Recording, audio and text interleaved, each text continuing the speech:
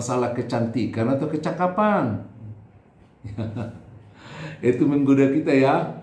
Jadi supaya menjadi ibu-ibu yang cakap, bahasa Batak dikatakan jadi soripada ya. Soripada naburju. Nah, kalau bahasa Inggrisnya dikatakan smart ya. The smart mother gitu ya. Jadi ibu-ibu yang cakap, yang smart, dan itu semuanya hanya dapat diperoleh kalau kita memberikan hati kita untuk Tuhan. Itu menurut Salomo, dan saya setuju. Kalau kita lihat misalnya di Amsal 3 ayat yang ke-23. Ya, Amsal yang Amsal yang keempat ayat yang ke-23. Jagalah hatimu dengan segala kewaspadaan, karena dari sanalah terpancar aura kehidupan kita, kecakapan kita, bukan soal cantik. Maka saya selalu melihat pelatihan EE seperti ini, di mana kita lebih memahami firman Tuhan, adalah dalam rangka satu tadi seperti yang kita dengar di pendahuluan, bagaimana kita untuk yakin pasti masuk surga. Tapi sebelum mendapat masuk ke surga sana, kita juga kan dibersihkan, diperbaiki, dipercakap. Jadi kita bukan hanya mau mencapai surga nih, tapi di dalam perjalanan hidup kita menjadi memancarkan sinar, aura dari kehidupan, seperti yang dikatakan di Yohanes 4 ya, ayat yang ke-14. Kalau kita meminum air hidup, maka air hidup itu juga hidup di dalam diri kita, serta memancar, mencari jalan keluar. Sehingga terjadilah kesuburan. Oleh karena kesuburan itu terjadilah kemakmuran. Shalom, saya Pendeta Wilson Tobing dari GKP Rawamangun. Baru 7 bulan saya di Jakarta. Mudah-mudahan dengan HKBP Depok, ibu-ibu yang cakap boleh bertemu di satu waktu. Kami diminta untuk menyampaikan renungan ini tentang EE, bagaimana supaya kita semakin menghayati apa itu evangelism explosion, bagaimana kita mencapai kehidupan atau tujuan yang dijanjikan Tuhan. Ada banyak rintangan. Pertama dulu kita bicara masalah EE, tantangan kita yang paling hebat adalah iblis ya. Maka selalu ada berdoa. Dulu ketika kami mengawali EE, latihan-latihan pertama harus ada mitra doa ya. Sekarang udah makin hilang mitra doanya. Masih ingat mitra doa? Kenapa perlu mitra doa? Karena ternyata aku rasakan ini nggak bisa masuk kalau tidak dengan bagaimana hati kita, pikiran kita dengan Roh Kudus ada di dalamnya. Masih ingat mitra doanya dengan siapa? Atau masih adakah mitra doa itu? Waduh. Mari kita pelihara mitra doa, karena itu akan membawa kekuatan yang luar biasa bersama dengan kita. Oke. Salah satu hal yang membuat saya susah belajar EE dulu, ya di berbagai tempat saya coba menceritakan itu adalah pemahaman dari kecil. Jadi ada persepsi yang sudah dibangun orang lain di dalam diriku, ya. Tapi aku juga menerima bangunan itu. Yakni bahwa hidup kekal itu bukan masalah Yesus Kristus. Hidup kekal itu masalah burju, masalah kebaikan. Dari kecil aku sudah ditanamkan, kalau kau baik, mau burjuho, kamu akan masuk ke surga. Kalau nakal, ya ke neraka. Berarti surga dan neraka itu nggak ada hubungannya dengan Tuhan Yesus. Itu hubungannya soal bagaimana kita berbuat baik. Bukan. Dan itu lama sekali bercokol, lama sekali. Dan mungkin itulah pergumulan yang terakhir, benteng terakhir yang harus aku pecahkan. Supaya brick itu hancur, maka aku bisa menembus. Jadi itu semacam satu benteng yang besar di hadapanku. Karena aku yakin bahwa apa yang diajarkan oleh guru sekolah mingguku, oleh kakak-kakakku, abang-abangku, oleh orang tua yang sering mengingatkan, kalau kau baik, kau masuk surga. Kalau tidak baik, kalau kau nakal, kau nanti masuk neraka. Coba, berapa ribu kali kata-kata itu aku dengar. Dan itu mencetak betul-betul semua mindset Dan aku juga membaca Alkitab dari konsep itu. Maka aku selalu melihat hal-hal mana yang berbuat baik. Maka saya seperti menonton film aja. Kalau film kita tonton kan pasti nanti yang jahat awalnya kan menang seperti India kan. Akhirnya di belakang yang baik itu kan menang kan. Maka selalu kita lebih suka menonton film kan happy ending kan. Kalau nggak happy ending berarti filmnya salah ini. Masa nggak menang yang baik gitu ya? Masa nggak menang yang jujur? Nah, jadi film-film ini juga turut membawa konsep bagi kita bahwa kita sangat mengandalkan diri kita. Ya, belum lagi kata-kata nyanyian seperti yang Mang katakan tadi, satu nyanyian itu ada yang mengganjal membuat kita menjadi tidak plong masuk dalam mengandalkan Tuhan. Saya masih ingat kalau nyanyi dulu nyanyian pengampunan dosa. Kalau nyanyian pengampunan dosa di gereja Batak atau GKP sebelum di Jakarta kan kebanyakan bahasa Batak ya. Nah, marilah kita berdiri mendoakan pengampunan dosa kita. Dibikinlah organ, nyanyilah dengan pelan-pelan. Apa dikatakan? Bahasa Batak nih. Haburjuon di mangmakon rohakon nuain diho. Bisa diterjemahkan? Haburjuon, kebaikan loh. Lalu kita dengan mencucurkan air mata, Tuhan aku masih kurang baik. Bagaimana aku masuk surga Tuhan? Berikan aku kekuatan supaya aku lebih baik. Kan gitu ya. Tuhan aku nggak tahan berbuat baik gitu loh. Kita sering kali nangis ketika berdiri di situ karena ternyata kita seperti dihakimi. Kok nggak baik-baik sih? Kan gitu ya. Lalu ganti lagi nyanyiannya. Minggu depannya diganti lagi. Masih tahu nyanyiannya? Yaitu masalah pohon. Kalau tidak berbuah, biarkanlah tahun depan supaya kita tebang gitu ya. Selalu masalah kebaikan. Bahkan itu salah satu yang nanti banyak kita teliti nyanyian kita mengandalkan kemanusiaan. Sampai Alkitab pun kita terjemahkan dengan cara seperti itu. Coba deh baca Wahyu pasal yang kedua ayat yang ke-10 bagian B. Tahu? Pamukapon 2 ayat 10 ya. Apa dikatakan di sana bahasa Batak? Bahasa Batak teh apa? Di Wahyu pasal yang kedua katakan saya burju maho rasi rasa mate dungi leonok matuho tupal hanguluan. Jadi tupal hanguluan itu dari mana? Mahkota kehidupan itu dari mana? Itu kan dari haburjuon. Menurut terjemahan Alkitab bahasa Batak. Padahal kalau kita lihat terjemahannya sebenarnya jauh sekali ya. Kalau dibuat di bahasa lain itu di bahasa Indonesia udah beda. Di bahasa Inggris juga udah semakin lebih baik. Apalagi kalau kita lihat di bahasa Yunaninya dikatakan di situ pistos ya. Pistos artinya iman, setia ya. Bagaimana kita setia di dalam mempertahankan iman itu? Harusnya dikatakan hendaklah kamu setia gitu ya. Ya. Jadi kalau bahasa Batak saya burju mau. Padahal kata saya burju ada tendensinya kalau kebaikan itu karena upaya kita, bukan karena hasil pemikiran, hasil iman. Padahal di dalam Alkitab yang diinginkan dari kita, apalagi kalau kita mendengarkan ayat yang paling populer di EE yang menjadi saya sangat populer dengan ayat itu karena pergumulan-pergumulan yang berat di situ ya Roma 6 ayat 23 bagian B ya. Karunia Allah adalah hidup yang kekal. Masa karunia Allah hidup yang kekal? Dari mana jalannya? Kan gitu loh. Apalagi dibaca lagi Efesus 2 ayat 8 gitu ya. Ini salah baca kali ini. Ini salah terjemahan kali ini gitu ya. Kenapa? Karena memang membuat kita malu, membuat kita tersinggung.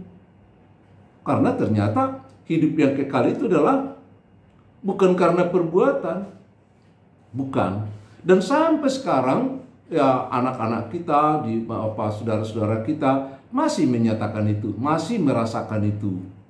Ya, seminggu yang lalu saya juga untuk seorang ibu yang tua yang sakit. Saya jumpai di villanya. Di villanya berarti orang berada dong ya. Saya cerita-cerita sama dia tentang penyakitnya. Lalu dia anggota gereja dari salah satu gereja yang terkenal juga. Lalu saya tanya, "Nang, gimana nih? Udah siap enggak?" "Siap apa?" katanya. "Udah siap enggak? Kalau meninggal dunia yakin enggak masuk surga?" Wah, dia tarik napasnya panjang-panjang. Itulah mang yang kupikirkan. Aku pingin, tapi belum bisa ku jawab. Begitu aku jawab, saya jelaskan, dia menangis. Dia bilang, "Kenapa ya selama ini enggak diceritakan sama aku? Suamiku udah meninggal, gak pernah diceritakan kayak gitu. Aku dari Muslim, jadi Kristen, hanya disuruh makan babi, ya, disuruh ke gereja, tapi nggak dijelaskan kayak gini, gitu loh. Nggak dijelaskan apa? Bahwa hidup kekal itu adalah karunia Allah, pemberian gratis, hadiah, bukan karena usahamu, bukan karena doamu, bukan karena ketaatan, kesalehanmu, pietismemu, bukan. Dia tercengang. Dia meneteskan air mata. Terakhir dia bilang, "Jadi aku bisa ikut." Saya bilang, "Kamu percaya enggak?" Saya buka Yohanes 11 ayat 25. Barang siapa percaya di dalam dia, dia akan tetap hidup walaupun dia mati. Ayat 26-nya, percaya enggak? Jadi masuk surga itu bukan perbuatan baik, tapi masalah percaya enggak? Janji Tuhan seperti yang kita selalu hafal di Yohanes 6 ayat 47. Barang siapa percaya. Barang siapa percaya. Kalau kita percaya dengan semua itu, atau udah baca enggak yang itu di Yohanes 11 ayat yang ke-25 itu? Yohanes 11 ayat yang ke-25, ayat yang ke-26. Akhirnya bagi saya menjadi sesuatu yang sangat berarti sekali ya. Saya coba baca di situ. Dikatakan di Yohanes 11. Yohanes 11 ayat yang ke-25. Jawab Yesus, "Akulah kebangkitan dan hidup. Barang siapa percaya kepadaku, ia akan hidup walaupun ia sudah mati." Hidup walaupun sudah mati. Makanya itu rupanya dikatakan sama Lazarus itu ketika murid-muridnya mengatakan, "Guru, kita udah terlambat, dia udah sempat mati." Lalu dia mengatakan, bukan mati, dia kan tidur. Beda ya pandangan kita dengan pandangan Yesus. Rupanya hidup walaupun sudah mati. Nah, sekarang pribadi kita diuji loh, ayat 26 itu. Ini harus dibaca sendiri sebenarnya dan dijawab sendiri. Ayat yang ke-26. "Dan setiap orang yang hidup dan yang percaya kepadaku tidak akan mati selama-lamanya." Titik. Percayakah engkau akan hal itu? Percaya enggak? Ragu? Ya, percaya enggak gitu loh. Kan di situ persoalannya semua. Nah, seringkali orang mengatakan ragu-ragu, percaya enggak?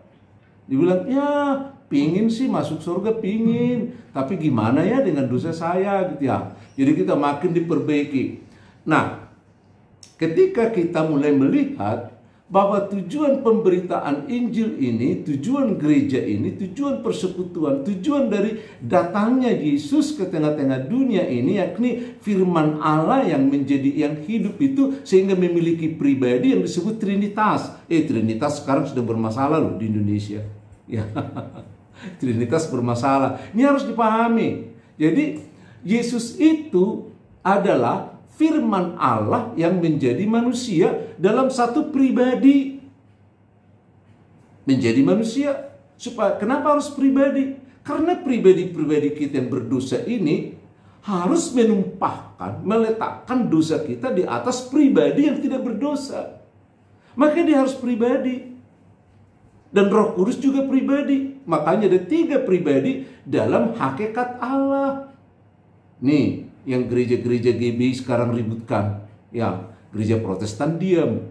Padahal kita harus sebenarnya berseru. Kita harus menyatakan. Karena dari Trinitas, dari ketritunggalan Allah itulah kita mulai membangun iman itu. Ya.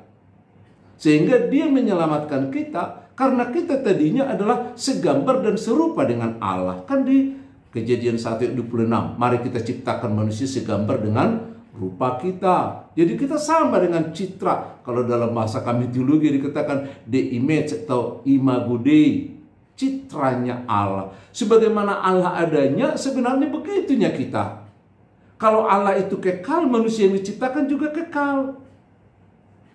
Jadi kenapa manusia mati? Ya karena dosa. Maka semua manusia itu telah berdosa. Itu Roma berapa? Roma 3 ya. Dan kehilangan kemuliaan Allah. Oleh dosa itu menjalarlah kematian. Coba dibaca Roma 5 ayat yang ke Roma 5 ayat 12 ya. Coba kita baca Roma 5 ayat 12. Ini pertarungan kami dengan orang-orang sesukuku, orang Batak ya. Roma 5 ayat yang ke-12 dikatakan, Sebab itu, sama seperti dosa telah masuk ke dalam dunia oleh satu orang, dan oleh dosa itu juga maut. Demikianlah kematian, maut itu menjalar. Jadi maut itu datang setelah dosa. Itu sebabnya saya sering mengumpamakan kematian itu bagaikan yang di pohon-pohon itu. Yang di pohon, membuat pohon mati. Aduh aku lupa. Sariden bahasa Batak. Apa sariden ini? Benalu. Jadi dosa itu, kematian itu seperti benalu yang datang di tengah-tengah ketika pohon sudah bertumbuh. Kematian bukannya datang ketika manusia diciptakan. Itu sebabnya saya berani menyaksikan dengan mengatakan orang yang mati bukan dipanggil Tuhan. Orang yang mati itu memang karena dosa. Nih orang Batak nih paling susah nih. Orang yang mati selalu dibilang dipanggil Tuhan, udah sampai ke surga. Kapan sampai ke surga? Yesus masih datang untuk kedua kali. Jadi kalau dia datang kedua kali, orang percaya udah di surga, siapa dong yang menyambut? Oke, bahan pemikiran juga ya. Gimana kita mau melihat itu? Nah, oleh karena itu, hidup kekal itu adalah anugerah yang harus kita syukuri, sekaligus juga mengubah pemikiran kita. Mengubah pemikiran. Orang yang sudah merasakan, orang yang sudah hidup di dalam hidup yang kekal itu, pertama akan terus mengubah karakternya, berubah karakternya, berubah pikirannya. Bacalah Roma 12 ayat yang pertama. Berubahlah oleh pembaharuan akal budimu. Bukan style yang berubah. Ya, bukan itu aja. Tapi style kita akan berubah karena pikiran kita berubah di dalam Tuhan. Iya kan? Pikiran yang berubah. Apa yang diubah? Coba nih, kalau kita ikuti perubahannya siapa? Si Paulus ya. Paulus itu kan seorang calon pejabat loh. Sarjana 2000 tahun yang lalu. Masa depannya bergelimang harta, bergelimang segala-galanya. Tapi setelah mengenal Kristus, kalau kita lihat di Filipi 3 ayat yang ke-20 dikatakan, karena pengenalanku akan Kristus membuat segala sesuatunya menjadi berubah menjadi sampah. Jabatan jadi sampah bagi dia. Gaji jadi sampah. Penghargaan jadi sampah. Datang orang Kristen sekarang dipungutin satu-satu dengan meninggalkan Kristus. Kita mungut dari belakang. Padahal itu kalau kita sudah ada di dalam Kristus, semua pikiran kita akan berubah. Jadi keberadaan kita di dalam Kristus, ketika kita sudah merasakan bahwa hidup yang kekal itu sebagai warga kerajaan surga ya.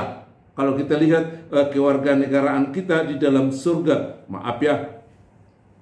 Tadi masalah harta itu Filipi 3 ayat 8 ya. Filipi 3. Terus masalah kerajaan surga itu kita Filipi 3 ayat 20. Artinya, kalau kita sudah merasakan hidup di dalam Kristus, merasakan bahwa hidup kekal adalah karunia Allah, bukan karena perbuatan kita, tapi perbuatan kita menjadi diubah.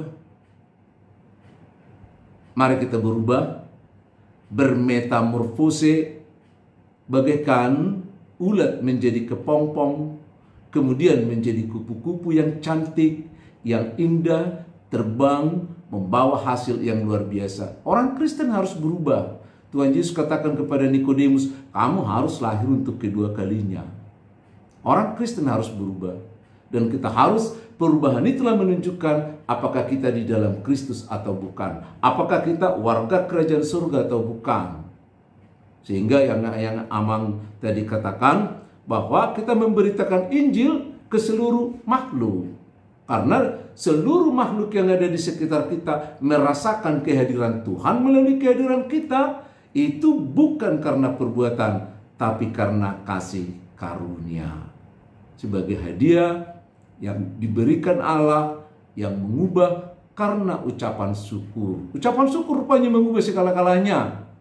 Kalau kita mengucap syukur, semuanya akan diubah. Saya teringat dengan Tuhan Yesus ketika memberikan makan 5.000 orang. Yang ada hanya 2 ikan dengan 5 roti. Itu yang dipegangnya lalu diangkat dengan mengucap syukur. Begitu mengucap syukur nggak turun lagi. Lalu itu yang dipatahin, dibagi-bagi. Nggak habis lagi kalau kita mengucap syukur. Kalau kita syukuri kita syukuri anugerah Tuhan yang kita terima, maka kita akan menjadi berkat kemanapun, kapanpun, dan dengan situasi apapun. Selamat bertumbuh dalam Kristus. Shalom.